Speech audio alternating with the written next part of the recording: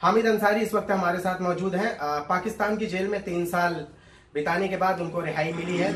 फिलहाल वो अपने घर में मौजूद हैं और कल का दिन इनके लिए बहुत ही मुश्किल भरा रहा। यही वजह रही है कि हर एक से वो मुखातिब नहीं हो सके, हर एक से वो बात नहीं कर सके। हामिद, सबसे पहले आपका खैर मकदम है हिंदुस्तान में भी और ETV भारत उर्दू में भी। पहला सवाल मेरा ये है कि 6 सालों बाद इस घर के दरे दीवार को देख रहे हैं, अब कैसा लग रहा है? ये तो मुझे अभी भी ख्वाब लग रहा है, यकीन नहीं हो रहा है इस बात पर कि मैं अपने घर आ चुका हूँ। तो और मेरा जहन भी अब इस बात को तस्लीम अब तक नहीं कर चुका है। तो इस चीज़ को टाइम लगेगा, लेकिन इंशाल्लाह मैं इस चीज़ को कबूल करूँगा कि मैं अब घर आ चुका हूँ धीरे धीरे। कभी सोचे थे जिस जगह पे आप जिन सहूलतों के साथ, जिन मुसीबतों के साथ पाकिस्तान जेल में मौजूद रहे, कभी सोचे थे कि ये घर वापसी वापस होगी? देखिए, जब तक मुझे सजा नहीं हुई थी, सेंटेंस नहीं किया गया था, तब तक तो मुझे खाली उम्मीद थी कि मैं जाऊंगा, बस एक उम्मीद थी। लेकिन जब मुझे सेंटेंस कर दिया गया कि अब 3 साल की सजा है, फिर तो बोला बस अब तो उल्टी गिनती है, दिन गिननी है बस। तो वो तो फिर पुख्ता यकीन हो गया कि बस अब तो जाना ही है।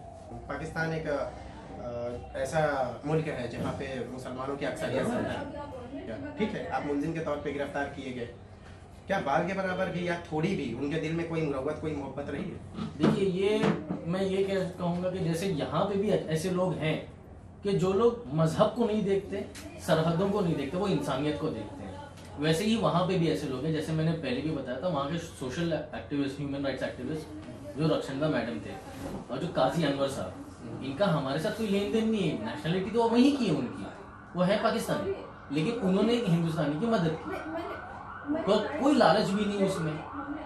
तो ये इंसानियत को उन्होंने तरजीह दी है। जेल के अंदर भी ऐसे लोग थे जिन्होंने इंसानियत को तरजीह दी, ना कि मजहब को और सरहद को। अभी आगे की क्या तैयारी है? अब अपना नए सिरे से आगाज करेंगे जिंदगी का, वो सारे चीज के बारे में बताइए। अब आप क्या करना चाहते हो, क्या करेंगे?